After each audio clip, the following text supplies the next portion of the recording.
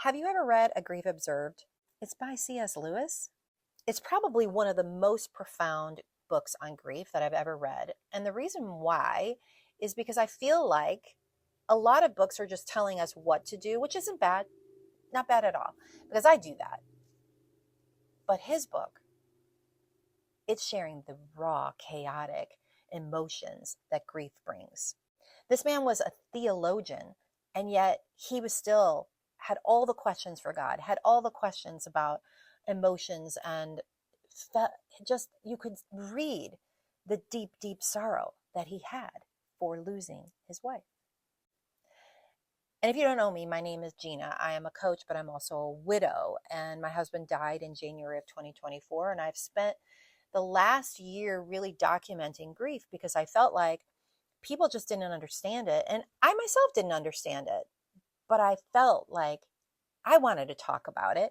And I noticed that other women were resonating with it. And so I started a grief group called Grief in Me. And this is a place where women can come and they can be part of something and share their own story. So as I was reading C.S. Lewis's book, I was like, hey, this is kind of what I'm doing, although I'm no C.S. Lewis. I would not call myself the greatest theologian ever. What I love that he does is that Lewis just talks about grief, that it can't be something that can be solved.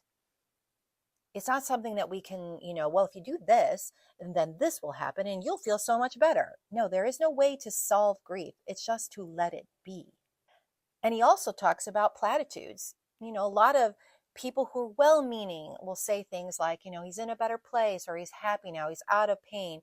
Those are not things that people who are going through a grief journey want or need.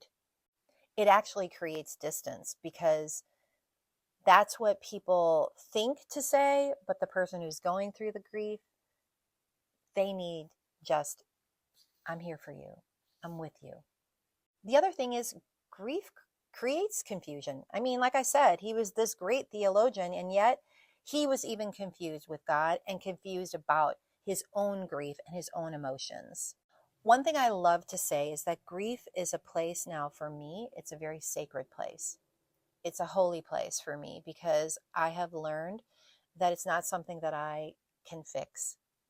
I can only be in this place.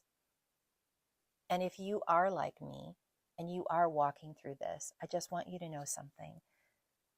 Just let it be and connect with me, and let's get you in our group. Comment community below. P.S.